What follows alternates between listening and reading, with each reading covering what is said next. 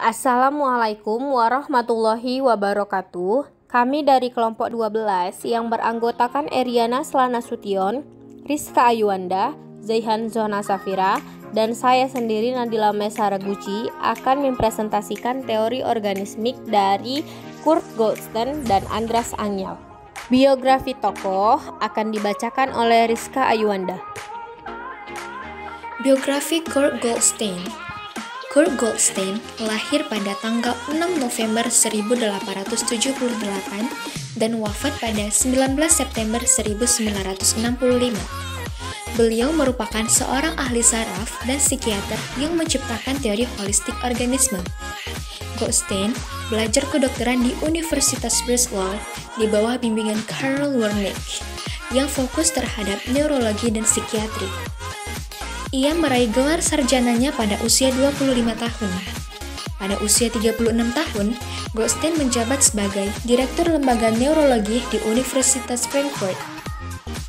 Beberapa saat kemudian, Goldstein pindah ke Amerika dan menjabat sebagai Kepala Laboratorium Neurofisiologi di Rumah Sakit Montefiore.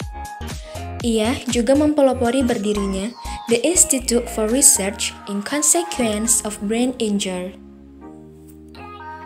Biografi Andreas Angel. Angel lahir tahun 1902 di pedesaan Transylvania, sekarang bernama Hongaria. Angel adalah seorang psikiatri Amerika yang dikenal karena model holistik untuk teori kepribadian. Angel dikenal karena pandangannya yang holistik tentang psikologi. Istilah biosfer muncul dalam karyanya yang bagi Angel menyatakan entitas holistik atau realitas tunggal, termasuk individu dan lingkungan. Buku yang pernah beliau terbitkan adalah Foundation for a Science of Personality, Neurosis and Treatment, a Holistic Theory. Angel menerima gelar Doctor of Philosophy dari Universitas Wina pada tahun 1927 dan gelar Doctor of Medicine dari Universitas Turin pada 1932. Materi selanjutnya akan dibacakan oleh Zaihan Zona Safira. Struktur kepribadian menurut Goldstein. Struktur organisme. Organisme terdiri atas anggota yang satu sama lain berhubungan dalam struktur arti tertentu. Anggota-anggota ini tidak akan terlepas dan terpisah satu sama lain kecuali dalam keadaan yang tidak normal atau sangat dibuat-buat. Misalnya dalam ketakutan yang amat sangat. Pada organisme, suatu anggota organisme mungkin muncul menjadi gestalt, sedangkan sisanya menjadi latar belakang. Gestalt adalah proses yang muncul dan menonjol dari setiap latar belakang aktivitas pokok yang dilakukan oleh individu. Gestalt mempunyai batas tertentu atau garis batas yang mengelilinginya dan memisahkannya dari lingkungannya, sedangkan latar belakang bersifat kontinu. Goldstein membedakan antara gestalt wajar dan gestalt tak wajar. Gestalt wajar adalah gestalt yang secara fungsional terdapat totalitas organisme sebagai latar belakang. Sedangkan gestalt tak wajar adalah gestalt yang terpisah dari keseluruhan organisme yang latar belakangnya juga bagian daripada organisme yang terpisah. Selanjutnya ada struktur kesadaran. Yang pertama, organisme terdiri dari anggota-anggota yang tidak terlepas satu sama lain kecuali dalam keadaan abnormal. Yang kedua, organisasi pokok dari fungsi organismik adalah figure dan ground.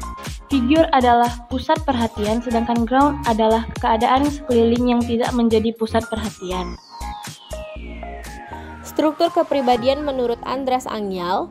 Biosfer adalah kesatuan holistik antara individu dan lingkungan, bukan sebagai bagian yang saling mempengaruhi, bukan sebagai unsur yang melebihi otonom, tetapi sebagai aspek realitas tunggal yang hanya dapat dipisahkan dengan abstraksi. Sistem-sistem biosfer. Yang pertama, plastisitas sistem. Plastisitas ialah kemampuan biosfer dalam menyesuaikan diri di suatu tempat yang baru. Yang kedua, taraf diferensiasi. Diferensiasi bagian dari keseluruhan terjadi apabila suatu tugas yang rumit membutuhkan pembagian kerja dengan bagian yang lain.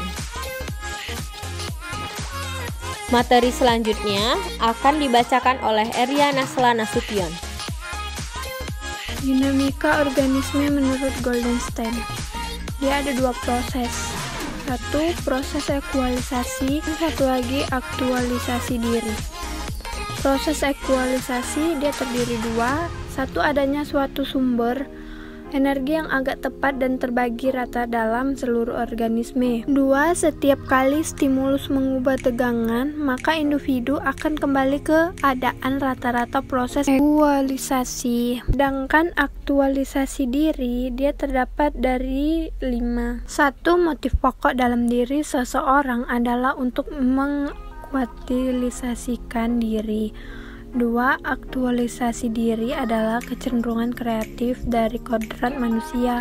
3. Setiap orang memiliki tujuan spesifik yang diperjuangkan. 4. Cara paling baik untuk mengetahui potensi seseorang adalah dengan menemukan apa yang disenangi dan apa yang dapat dikejarnya dengan baik. 5.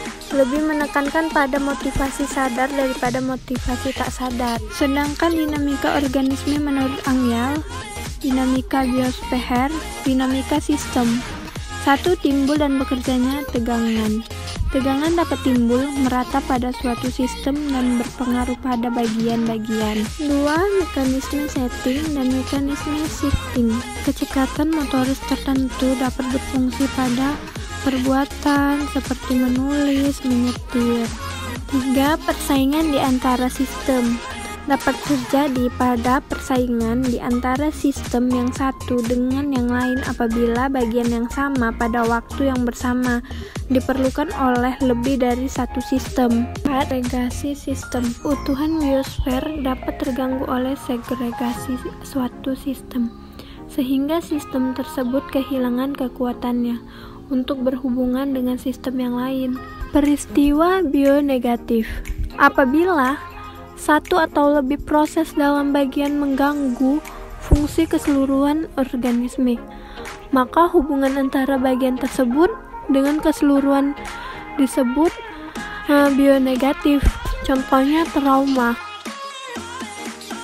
Cukup sekian presentasi dari kami. Lebih dan kurang kami mohon maaf.